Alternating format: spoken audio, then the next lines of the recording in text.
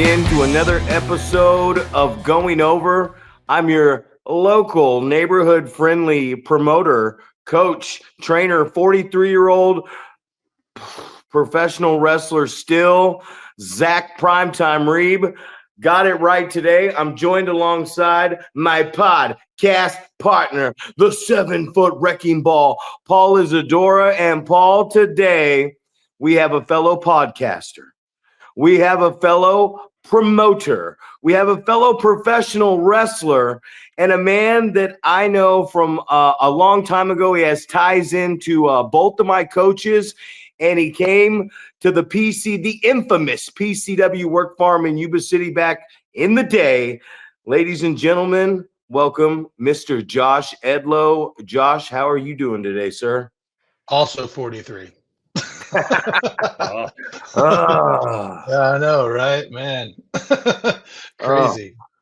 It's funny it took so long for you and I to kind of cross paths, considering we were the same age and into wrestling. I mean, you were up in Yuba and I was down in Sac, and we both kind of started just like everybody, right? We were all like kind of started out in the backyard, and then next thing you know, Ollie and Schizo got a hold of us, and then next thing you know, like, boom, we're wrestlers. But it took a long time for me to get to know you. Yeah, long time. Yeah. Long time. And you know what? It was funny because when you came in, you're one of the big guys, man. Like, I feel like right now I'm walking down an RWF show has just concluded in Reno, and we're walking down to the Blonde Onion or the Blind Onion, and me at 5'11", almost 6 foot tall, is walking next to the 7-foot Paul Isadora and the 6'10" Bad News Blakesley. And right now I'm literally sandwiched once again in between a 7-footer. And what are you, Josh? 6'8"?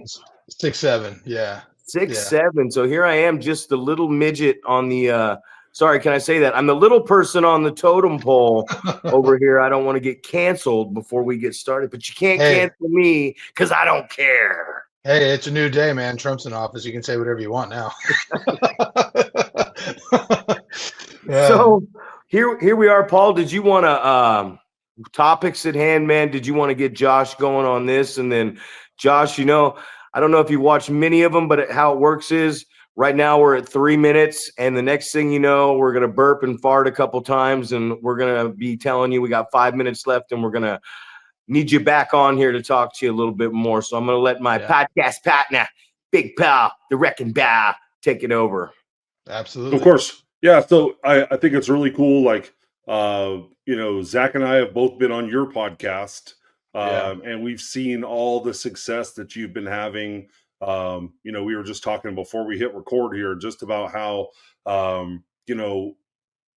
just we're trying to get into like very, very specific niche, right? We want to try to help up and coming wrestlers or people that are kind of been in the business for a bit and are looking for a little bit of polish, as they say. So, we came on your podcast, you talked about wrestling with us, obviously, but you have so many different topics that you cover on your podcast, and you hit so many different genres and things like that. So you had reached out to us and said, hey, I'd like to jump on and kind of share some ideas and things like that, not only podcasting things but promoting, running my promotion and how you go out there and maybe get sponsorships and ideas about booking a show and how to become successful at doing that. You did that for so many years. I felt like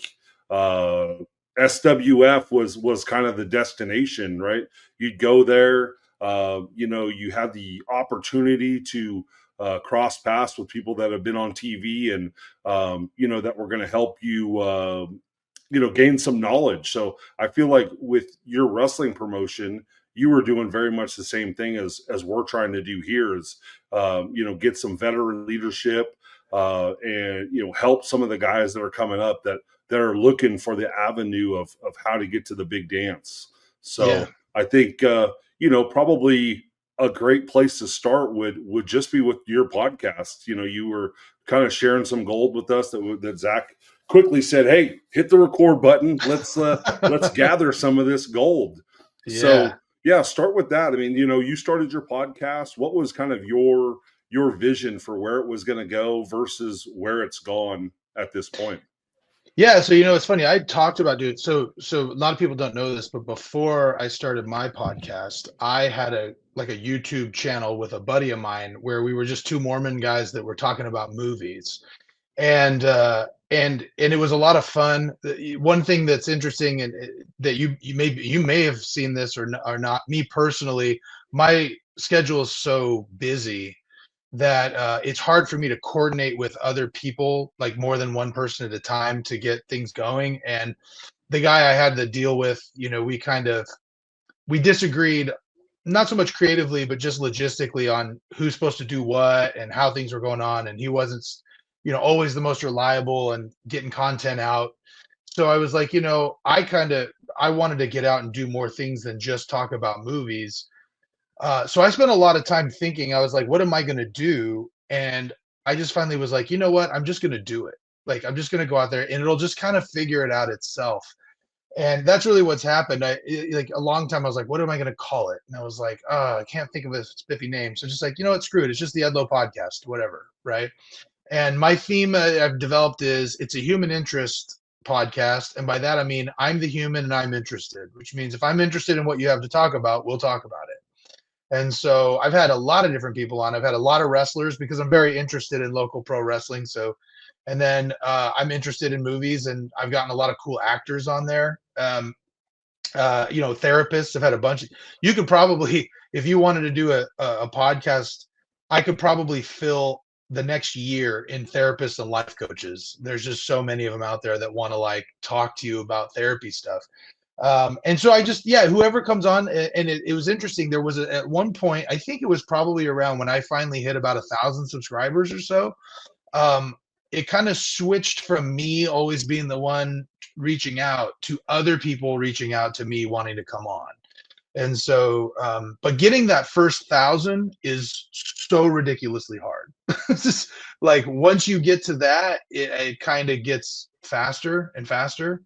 And so, but yeah, so that's just kind of how it started for me. I just was like, you don't really need, I would tell people, if you're thinking about starting a podcast, you don't need a lot of stuff. It doesn't need to be super, no one's listening at the beginning anyway.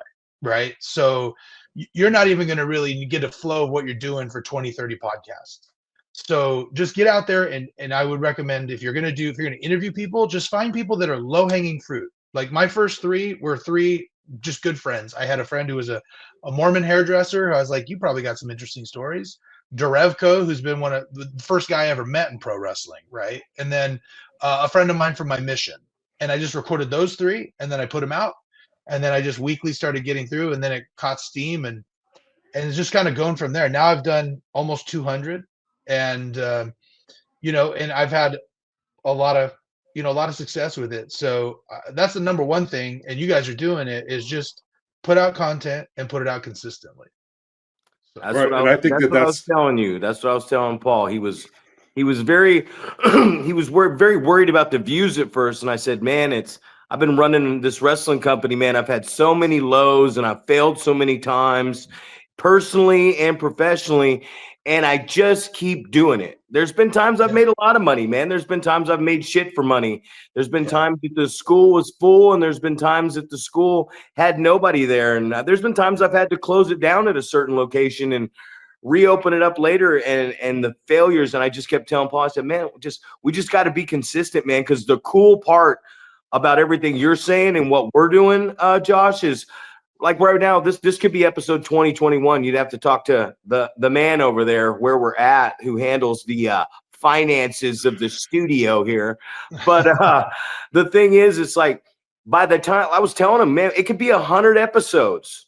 And once it hits, they're going to have 99 more episodes to go back and listen to, because it's not like they're listening to just junk.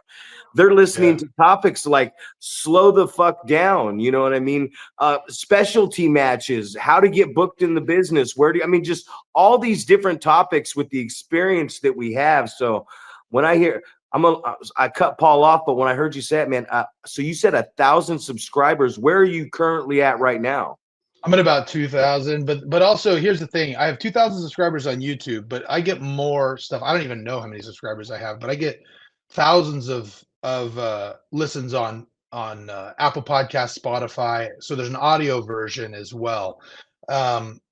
It's kind of hard to monetize that compared to YouTube. YouTube's a real easy monetization model. It's 1,000 subscribers and 4,000 hours.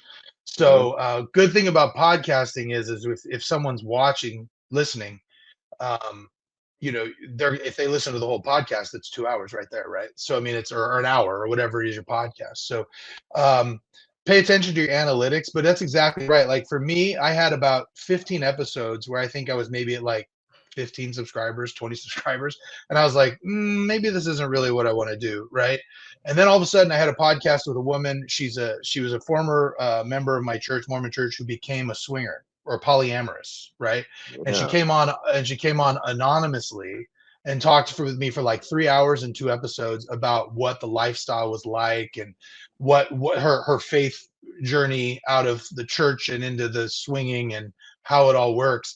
And man, it blew up. And then, then I was at 100, right? And then I had another one with a Mormon scholar who shared a bunch of stories about some controversial topics in the church, and then that blew up, right? And so you just never know. There have been times where I thought, like, I interviewed Eric Bischoff for my 100th episode, and I was like, this is exciting.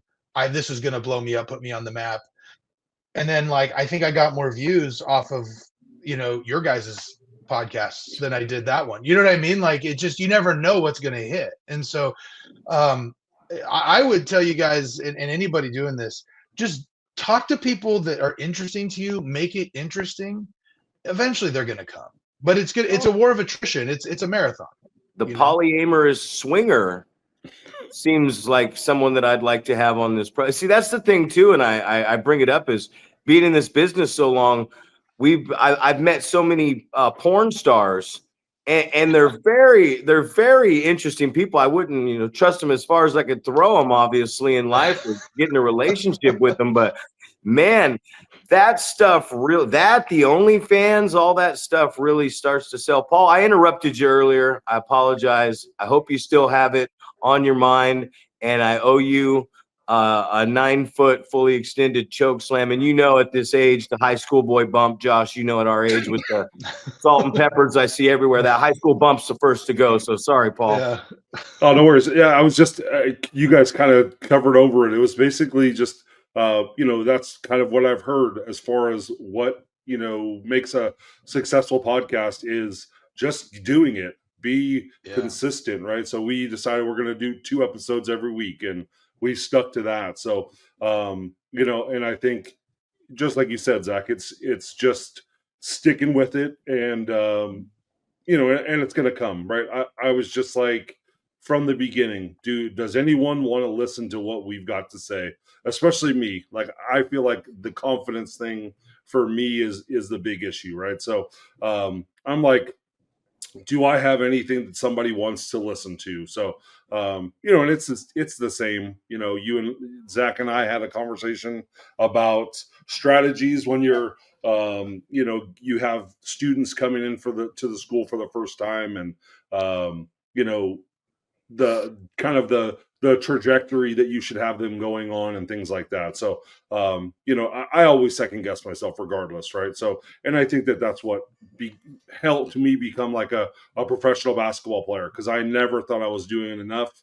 And then, obviously you get to the point where you're doing so much that now it takes over and gets you opportunities. Well, Scotty Aboot, I know you all. Do you remember Scotty Aboot, Josh? Yeah.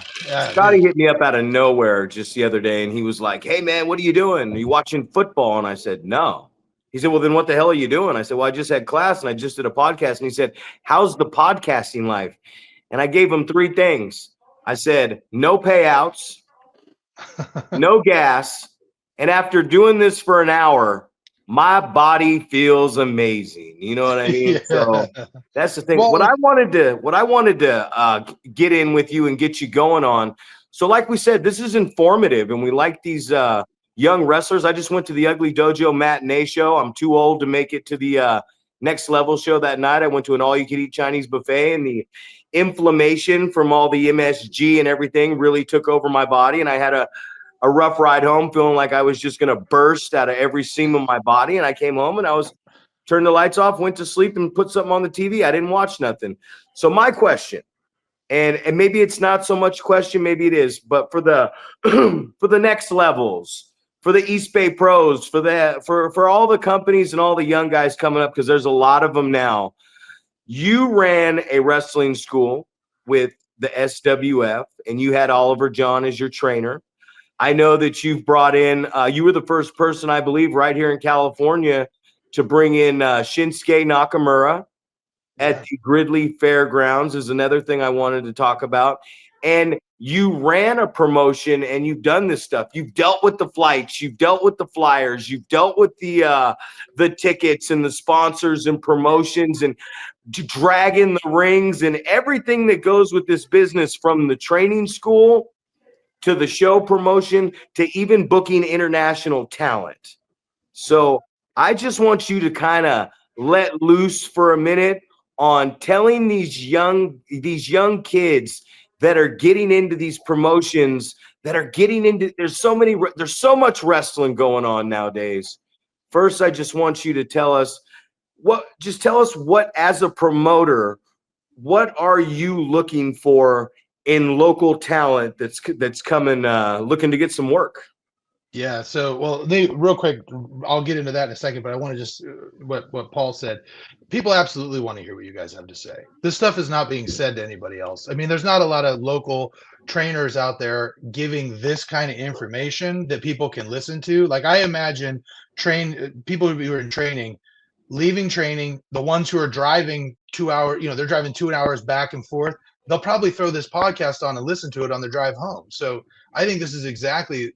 It's definitely, and you guys are engaging, and so I appreciate. I think you should be doing that. Don't beat yourself up. You do have something important to say. So now going back to what you just asked, as a promoter, I think what I was looking for. See, I was very different than a lot of the promoters at the time. So I started running in 2009. The bulk of my promoting was only like 4 or 5 years of what I did, and I was not like Next Level Pro.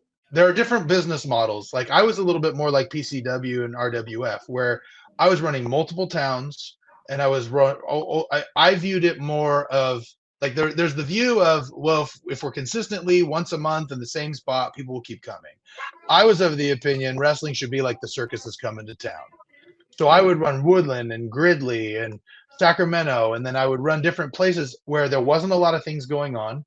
I would link up to a charity of some sort that would get usually a lot of schools, a lot of fairs, a lot of things like that.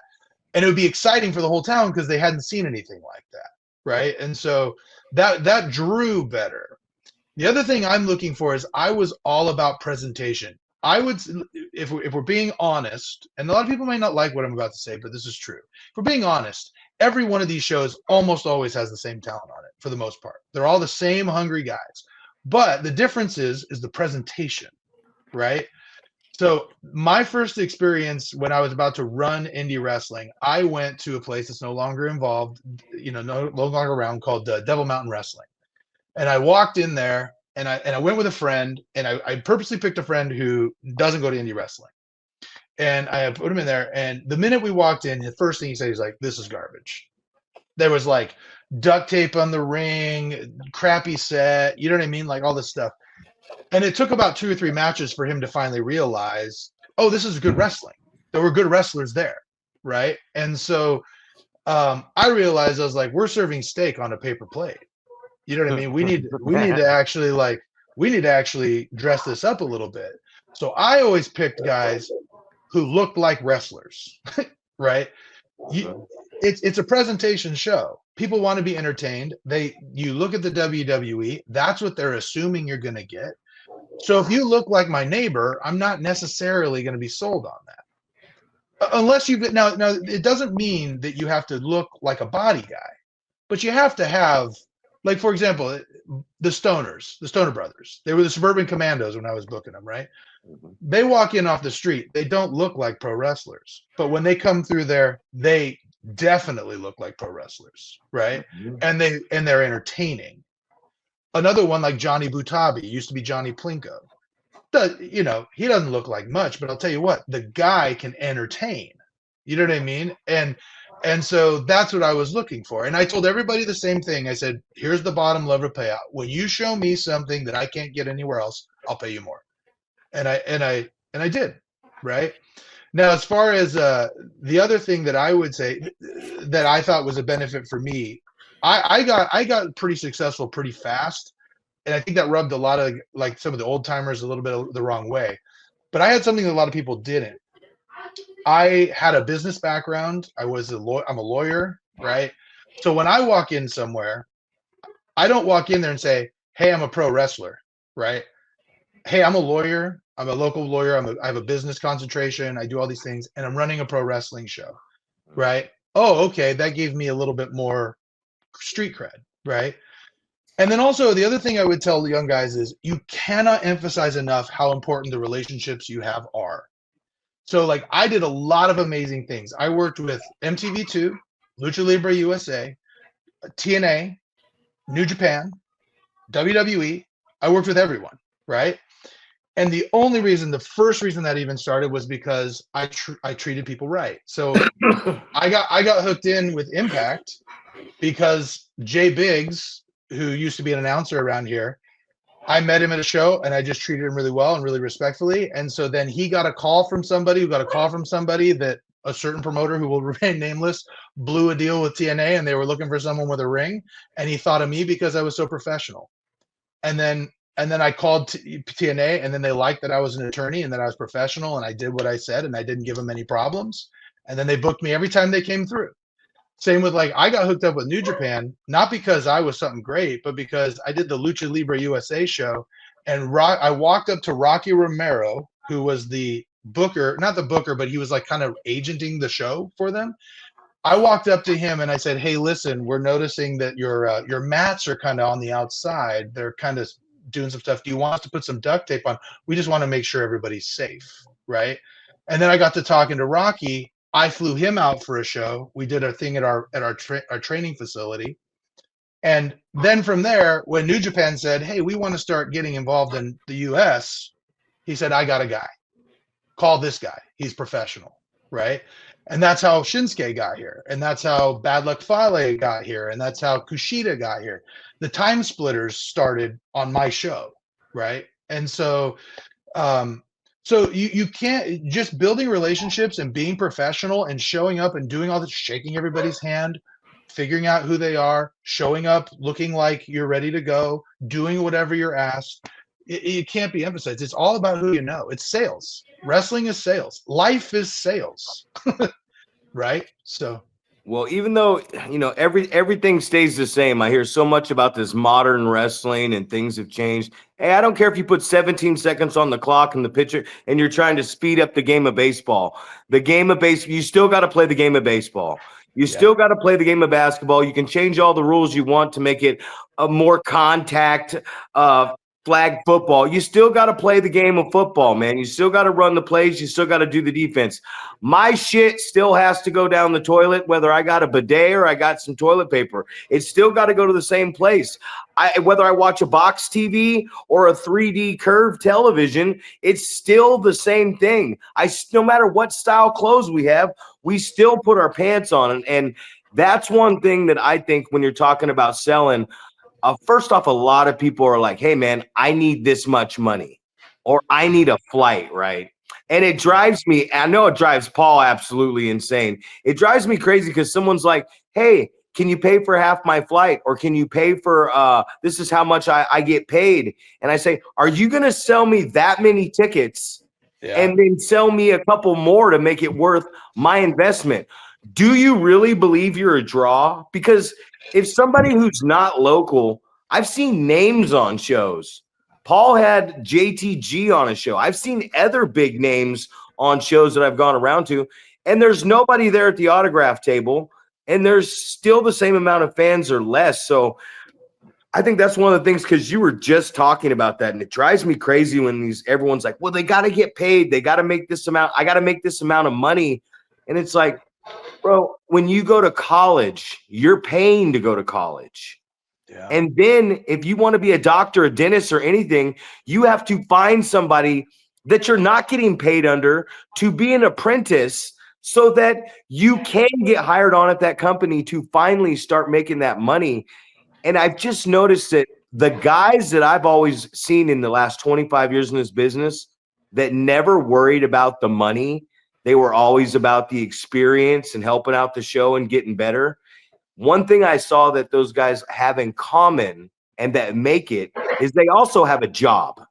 You know what I mean? So that's one thing, is like you were saying, you know, you're a lawyer and it's all about sales. Well, in sales too, for an independent wrestler, when I go to a show and someone goes, hey man, we're a little light tonight, I can only give you this much money. I go, I ain't tripping, bro. I ain't tripping, because I got a job. I didn't come down here to pay my PG&E bill. I didn't come down here to pay my car note or anything like that. Paul, you got any thoughts on that payout process? Because Josh brought that up, and you do have to pay guys that look a little better to get them on your show, to make your show look better, and you are looking out for that. But I know you've dealt with the flight issue, and I wanted to get Josh to talk about that just a minute, because he was talking about working with New Japan and TNA. So there's flights and hotels that come with that. Yeah. Right. And I think it's, you know, we talk about this as a wrestling business, right? And I think, you know, Josh talking about being a salesman, you know, you have to sell yourself as a pro wrestler, right? You know, I talked about a couple of different situations that I've had where you have somebody that says, hey, such and such, or, you know, I've got a bunch of people in the town that you're going to get ready to run in here that said that they want to see me wrestle. So that's a perfect opportunity for me to go, yeah, perfect, man. You know, you can keep the money of the tickets for the people that you sell to in that town, right? And in that specific situation, it didn't work out well for the guy, right? It was a couple tickets, 2 tickets or whatever. Yeah. So I handed him $20. And he's like, oh, come on, man. And I was like, hey, man, you told me you were going to sell tickets and you didn't. So you lied to me. So this is what you get. This was our agreement, right? Yeah. And then the other situation, a guy that was like, hey, I'm coming back to Reno. You know, I live on the East Coast. My family's there. I'm just coming to see them. I'd love to get on a wrestling show while I'm in town. And that guy was like you said, Zach, not worried about money, was just like, I just want to have the experience. I want to perform in front of my family. I want to show them, you know, all the stuff that I've learned. And that guy ended up bringing us hundreds of dollars. So I paid him, even though he wasn't expecting to get paid. So I think that those are the 2 different scenarios, right? You have a guy that's talking a big game, trying to sell himself, telling you how much he's going to make you, and then it doesn't happen. And then you have the opposite of that, where you have a guy that's, you know, just trying to get work. The guy was super humble. I asked him, do I need to put you with somebody that can kind of carry you through a match? And he said, I don't think so, but if you think I do, watching my tape, absolutely, I just want to learn. So, you know, it's one of those situations where you're just like, you're excited to have those type of people. But and obviously you want people to bring you want people to be on your show that are going to bring in money, or that are, you can put on a flyer and people will go, wow, man, check this guy out. I want to see what that's all about. Somebody that's going to be eye-catching, you know. So I've been talking to a guy that wants to make graphics, and he's been sending me stuff. And I said, man, I don't think if I walked past this poster, I would turn around and take a second look, right? It doesn't draw my attention enough where I would want to take a second look at it. So, you know, Zach, I know you put a lot of effort into the production value of not only the flyers that you're putting out, but show graphics, video production, all of those things. You know, and I know Josh, you know, you were taking high level photos as well, you know, so we went and did a whole promo shoot, right? And you're like, all right, here, this is what we're doing. Yeah. You know, we're taking these photos. This is something that you guys can use to help promote yourself on other shows. You know, but I need them for my product because I want my product to look professional. So I think all those things go into it. That was one thing that I was, you know, and I think again, this is something that rubbed people the wrong way. And if I had to do it again, I might have done it a little differently. But I was it was very important to me that I didn't owe anybody anything. So that's why, like, I did my own photos, I did my own promotion stuff. I just didn't want anyone, because what I didn't want was what I think a lot of training facilities get, where you feel like you need to bring, you need to bring certain guys in because they did this thing for you. And so you feel like you owe them. I just never wanted that. I just wanted the best wrestlers to be on my best shows possible.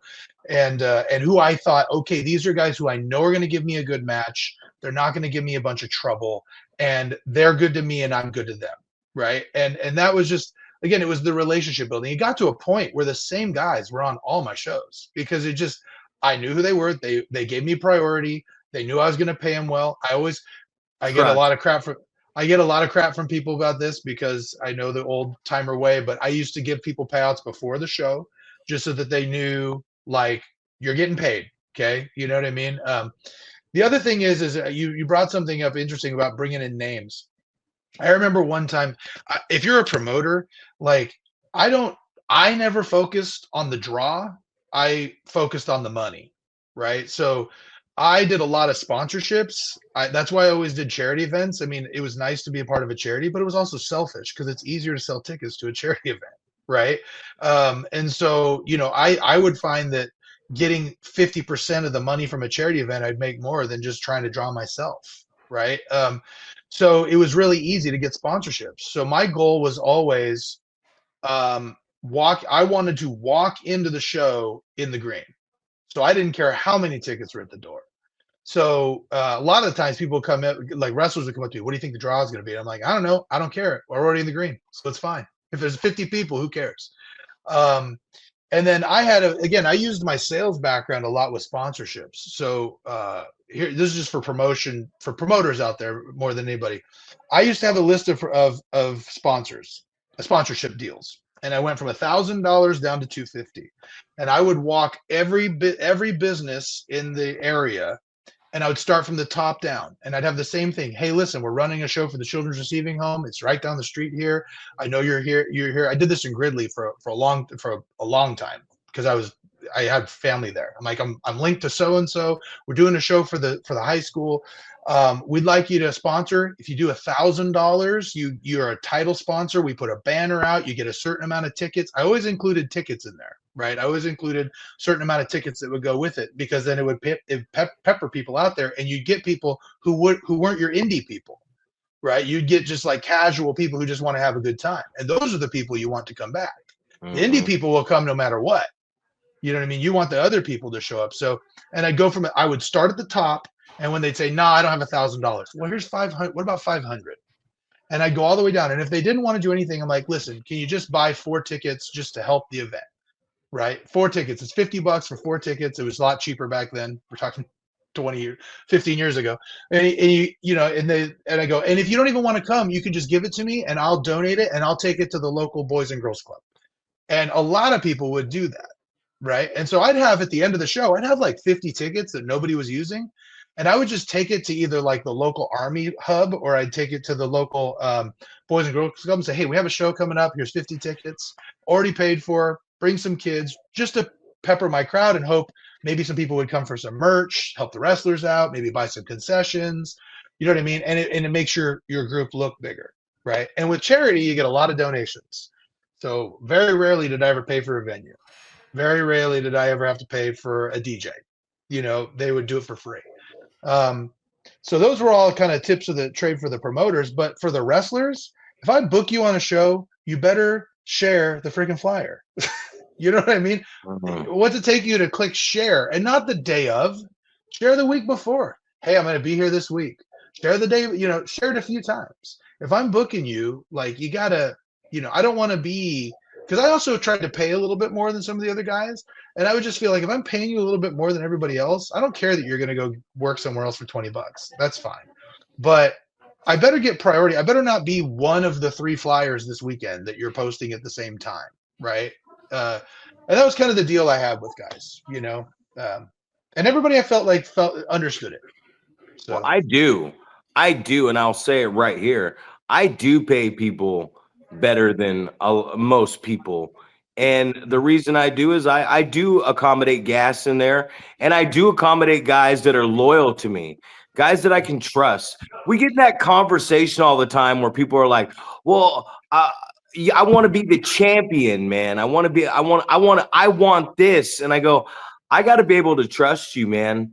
I run what I run. We have a lot of production. And a lot of the stuff that we offer these guys it's way more valuable, even financially, if you were to go do it yourself, than that little payout or that $100, $150, whatever dollar payout I'm going to give you. yeah. The photos, the stock footage. We have 2 different shows that are on YouTube now. We have the Prospects that's on Thursdays at 6 for 1 hour, and we have Limelight that's on Saturdays at noon for an hour. There's 2 different shows. We have 2 podcasts going on. Every first and third Friday, we're running over here at the WCWF State Farm Arena for the young guys, and we're giving them photos. I mean, that's the one thing I noticed. I started using all these young guys from all these different promotions, and people were sending me profile pictures in tents.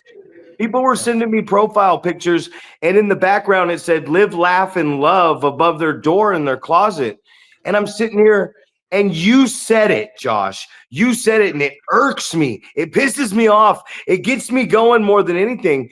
You said, I want them to believe what's going on out here. They have to look like somebody than just the skinny neighbor, excuse me, next door.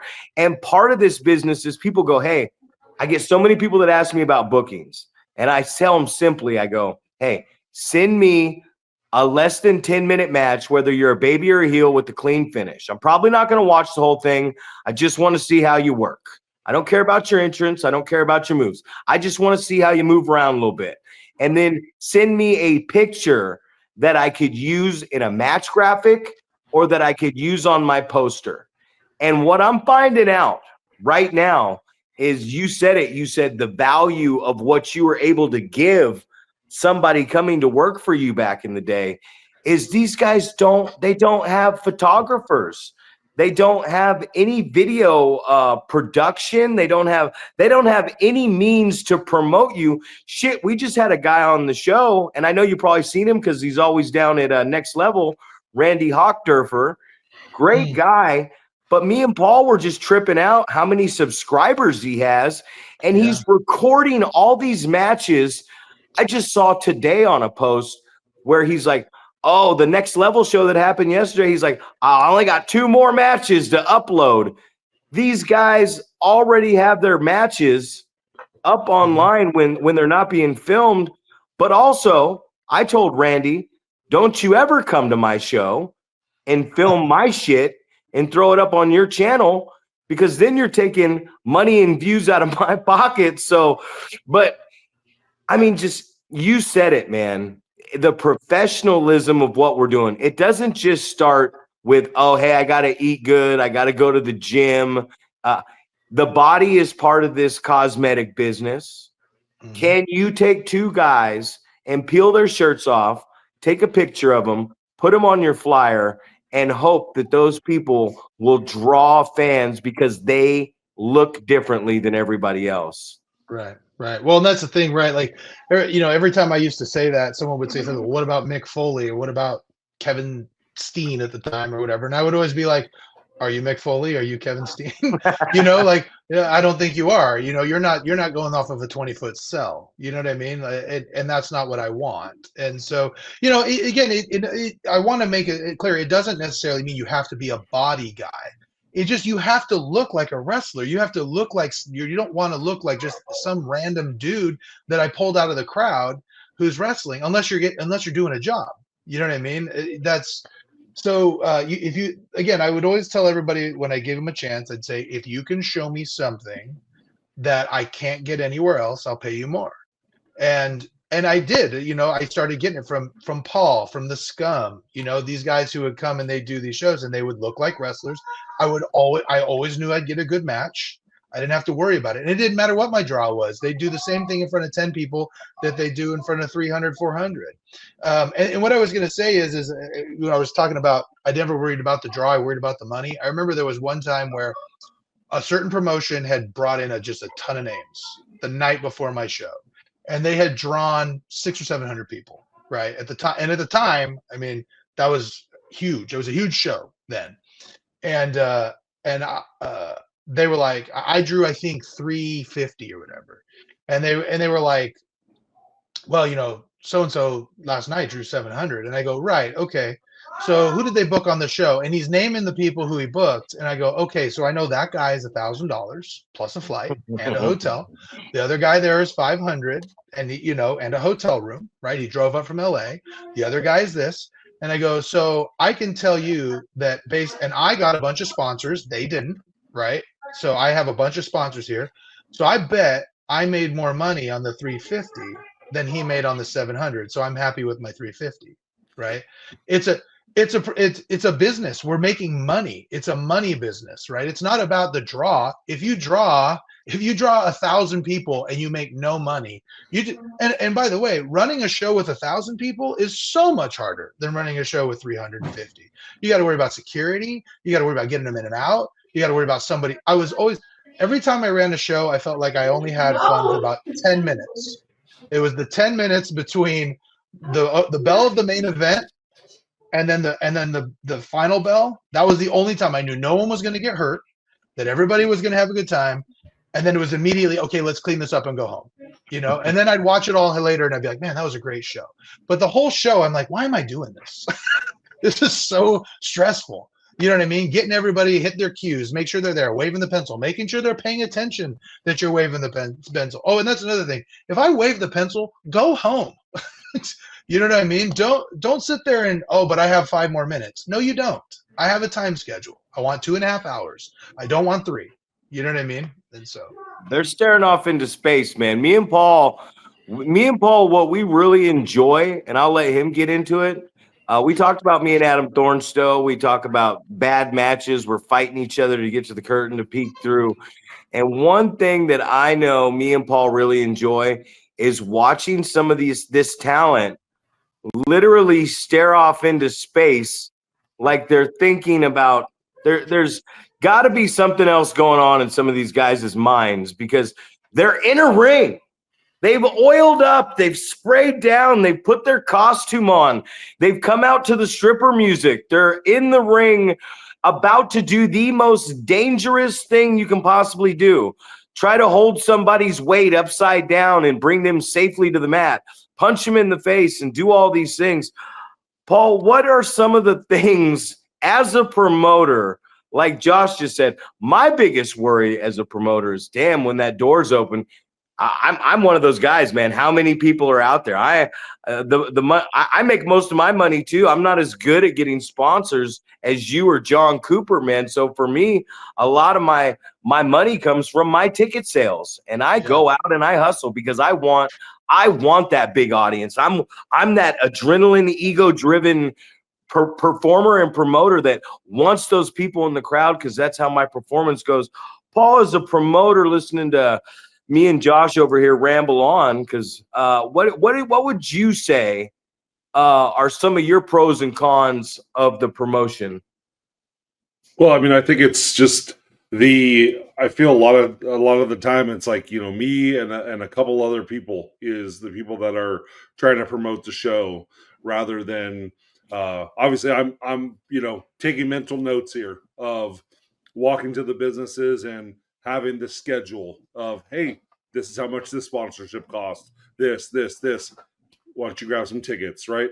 Having those things in mind, obviously is just giving me more and more ideas. And the more I talk to you, Zach, the more I know, let's get a stack of flyers, and we're going to go put them in all these different businesses and check back on them periodically, and leave quarter sheets on the counter, and that way you can kind of see, like, where's the foot traffic going, who's taking, what places are getting, distributing these things, to give you a better idea. And obviously now with 15 students at our school, I'm hoping that that's going to really ramp up the ability to go out there and not only sell tickets hand to hand, but hand out flyers, put posters up at businesses, and then obviously now I need to kind of put together that business plan where I can go solicit sponsors. So I'm taking definitely mental notes of all these different things, but just like Josh said, it is so frustrating when you have people booked on your show, but they're not sharing things on social media, right? I feel like everyone is friends with everyone, in our circle for sure. So we all have the same friends. So, if I see somebody putting up a flyer for somebody else's show, but not mine, I take offense to that, right? Like, hey, I'm booking you on my show. And I think in my mind, egotistically or not, I think I have we put together a good product, right? Yeah. So when people say, oh, I'm going to this show or versus your show, I say, well, you know what? I'm definitely biased, but I think you're going to see a better show when you come to see what we're doing, So, so I don't know. Like I was going to ask Josh.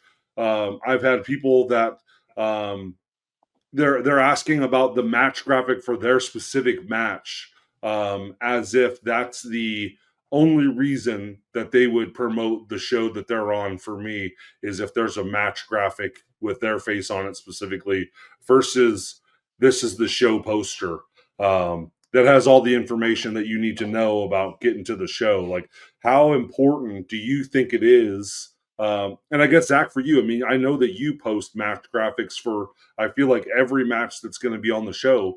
How important are those things? Is that something that you think is going to be something that's a better for the performers if they have something that's specific to them?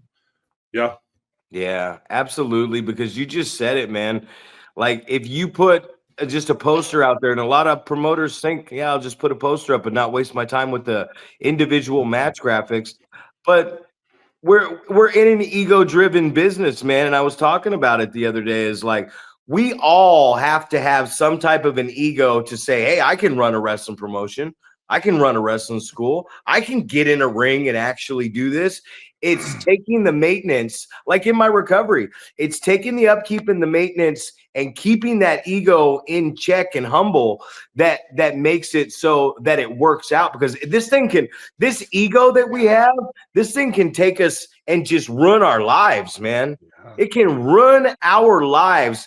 And when you give them the individual match graphic, they are more likely to share that. And I don't know if it's they feel like, oh man, he specifically made this for me, and they make it, and they think maybe I'm a bigger star or whatever. But the individual match graphic, and one thing that really gets me, and I hear it a lot, I would not run a show if I can't pay for the building, if I can't pay for the insurance, the deposit, if I don't have everyone's money to dip in that envelope, if I don't have the money for concession, if I don't have the money to promote and get my flyers, posters, and tickets, sponsors or not, if I don't have all the money to be able to run this show, do not run the damn show.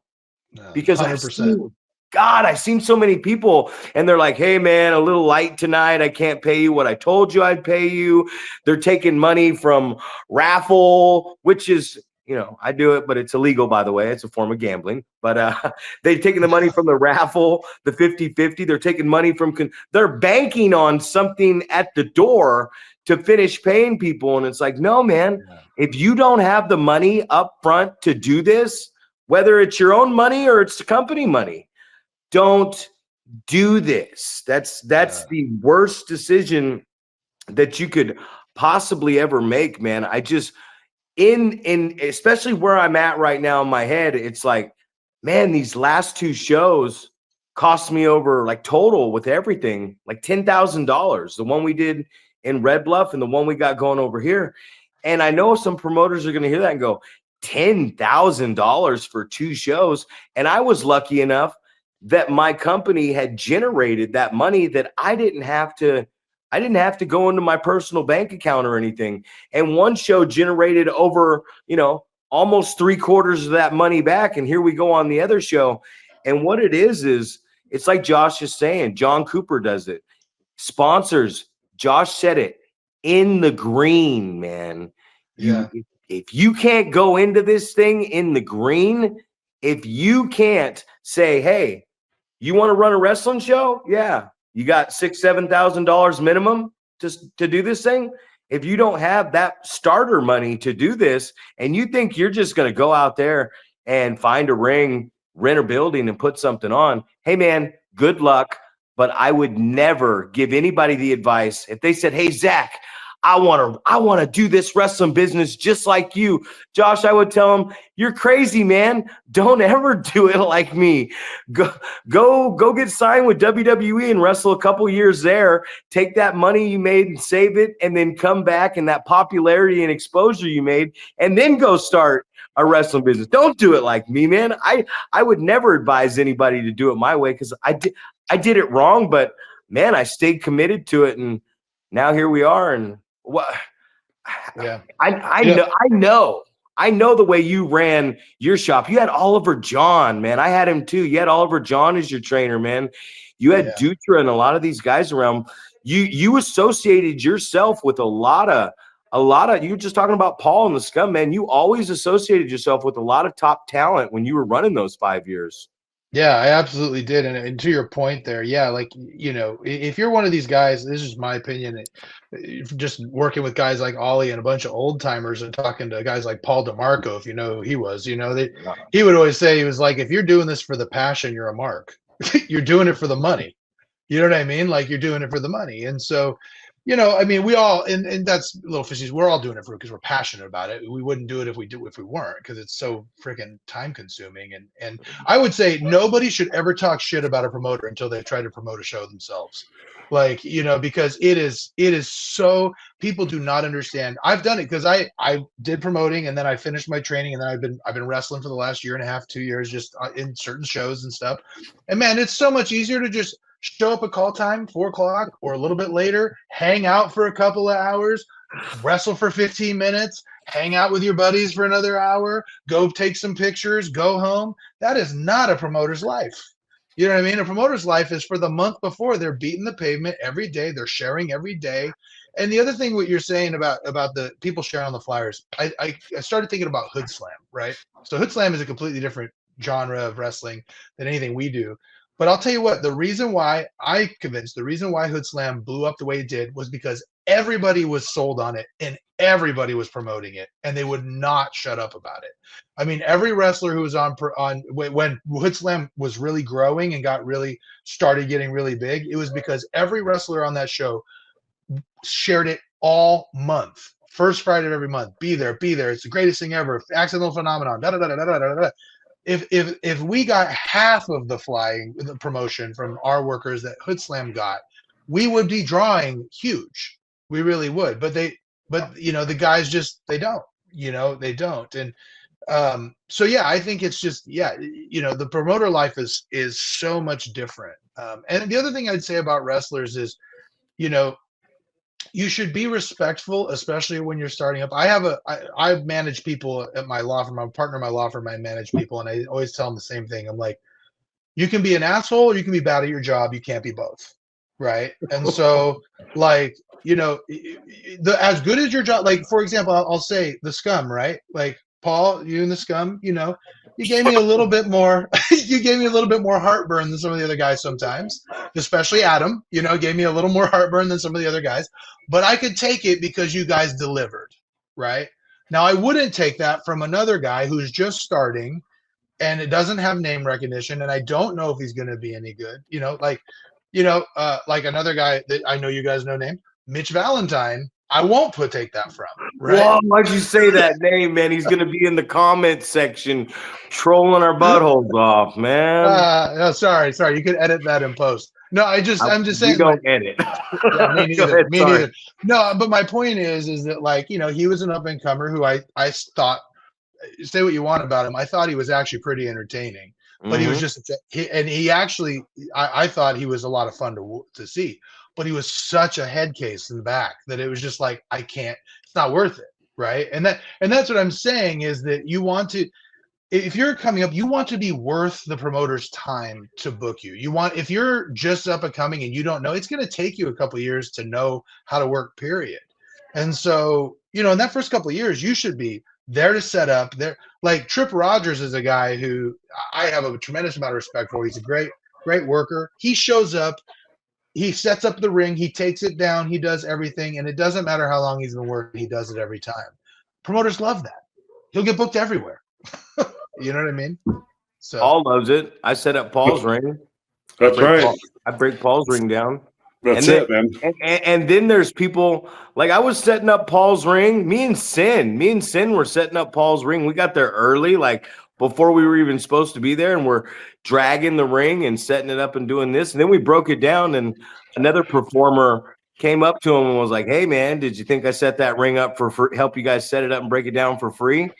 And I got offended when I heard that because I'm like, dude, I mean, that's what I love about Samurai and Scoot and SPW guys, man. If you book SPW guys, they're going to be at your show early. They're going to help you set up. They're going to stay and help you break down to make sure you're back on that trailer. And that is priceless. Excuse me. That is priceless as a promoter, man, is the help. I mean, that's how me and Paul got into this whole damn thing. We just started talking, and it was like we were so worried. There's those dogs, they're going down. We were so worried about like making this better, and we just started talking to each other, and we realized like, hey, man, we are friends, and we've been in the business a while. But wait a minute. Paul told me one day, he's like, man, I'm such a loser. And I go, why? And he screenshots me his call log, and it's Zach. And I'm like, man, if you're a loser, then I feel like I'm a loser because I'm answering all these calls and I'm making all these calls. So if you feel bad about it, I feel bad about it. We got 3 minutes left. Josh, you know what, man? You have so much knowledge and so much. When I did my podcast with you, on your podcast, when I came on there, I had such a great time. But in the same sense, when I hear you talk about the business, man, whether it's the wrestling end of it, the training end of it, or the promoting end of it, and I appreciate the kudos and what's the word I'm looking for? The confidence building on the podcast. But we got less than 3 minutes left here before we're going to cut you off, which I say it to everybody, and I really do think we need to have you back on here.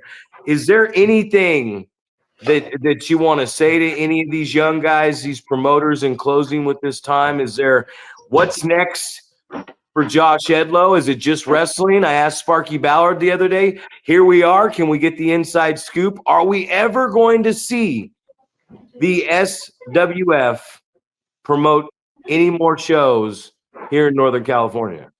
I've been asked that a lot. I've been asked to take over a couple of shows here and there, and I've thought about it. It's so much time, though. I'd have to really be passionate about it to do it, because right now, I mean, it's a financial thing. I'm doing pretty well, and what I do, if I take time away from what I'm doing, I lose money. You know what I mean? And so it's kind of maybe. But as far as what I wanted to say, first of all, is guys, listen to this. There's a guy who has gone to Dragon's Gate, okay, that's still setting up rings for free. I mean, that's paying your dues. I mean, that's the thing, right? That's the point, is he's doing it because he loves it. He's passionate about it. And that's the example you should say, or you should follow. I would say, the one thing I would tell all the wrestlers who are out there trying to do it and trying to get good at it is, one, find a training facility that's actually gotten someone somewhere and actually like has knowledge. Don't just go to the place closest to you. And then also listen to the people who've come before you. They know what they're talking about. You don't have all the answers just because you happen to run a backyard fed that did pretty good, and then you also have been watching WWE since you were 4. I'm still kind of tangentially involved in the business and doing different things in the business, and I'm still learning every single day. It's just as MPT and Paul are too. We're still learning every day. So, yeah. All stuff. Look at this guy keeping the time cues. That's right. I know. I saw hit the the pencil. mark. I saw I the love pencil. it. Had to hit it. Had to hit it for the outro. Did any of you guys watch Saturday night's main event last night? No, I didn't have a chance. You told me it wasn't good, so I didn't.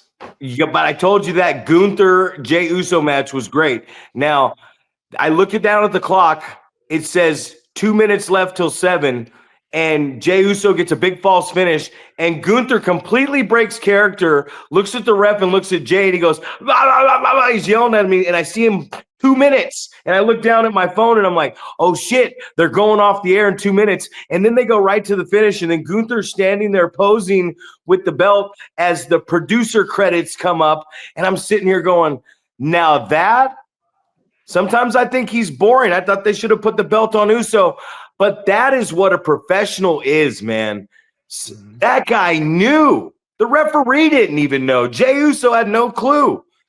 Gunther knew that it was time to close out. And the reason I'm saying that is because, Josh, you were keeping it real right there on the time. And I'm saying that because we got to keep our time restraints. If we get everything from Josh Edlow right now, what's the point of having him back on our show? Because we're gonna milk this cow for everything we got by the time this podcast is up at 150 views. Josh, I want to thank you for coming on the show, man. You talk about learning all the time. You gave me some good insight on the promotional aspect. And for me, after 25 years, I hope I get to see the SWF come back. And I'm going to tell you a little selfish reason why I hope it comes back, because it's that ego thing. Paul's worked for you. You know what? I've never worked for the SWF, and I know you've never worked for PCW. So we're going to make ourselves an even crisscross trade here. You're going to come back and do one show so I can work for you. And then when you're ready to work for Zach Primetime Reben Pro Championship Wrestling, you just send me a DM, and I'm going to get you right on the show, man, because I think even the people in the locker room need to have you around just for the actual idea of why we're doing this damn thing. Yeah, thanks, man. I really appreciate that. I respect the hell out of both of you, and hearing that from you really means a lot. It really does. I respect the hell out of you, man. Paul, do you got anything in closing, brother? Oh man, we're already over by 2 minutes, man. 2 minutes. I'm a piece of. Josh piece cut of, it off early so we can outro, and then you just took some extra time. I had to, man. I had to put this guy over, man, because he knows a lot about the business, man. And I think a lot of people should be asking him questions when it comes to running some successful. That's what it was about, man. Running a promotion, running a business that's in the green and make some money. Speaking of making money, right down here. Watch, like, share, and subscribe, man. Let's get those subscribers up. We got our first match that somebody sent us review, and I believe that airs Friday. I believe this one will come out on Monday, whether it gets flip-flop. I'm excited, man. You guys, I was kind of tired at the start. I'm rambling now. Edlow got me going. Paul, you send me the links, and we talk on the phone. I'm going crazy. I'm Zach Primetime Reeb. I'm a promoter. I'm a wrestler. I'm a podcaster. That's Josh Edlow right there. He's a promoter. He's a wrestler. He's a podcaster. And speaking of the man, wrong one again. That's my podcast partner, the 7-foot wrecking ball, Paul Isadora. And ladies and gentlemen, we thank Josh again because we're going over.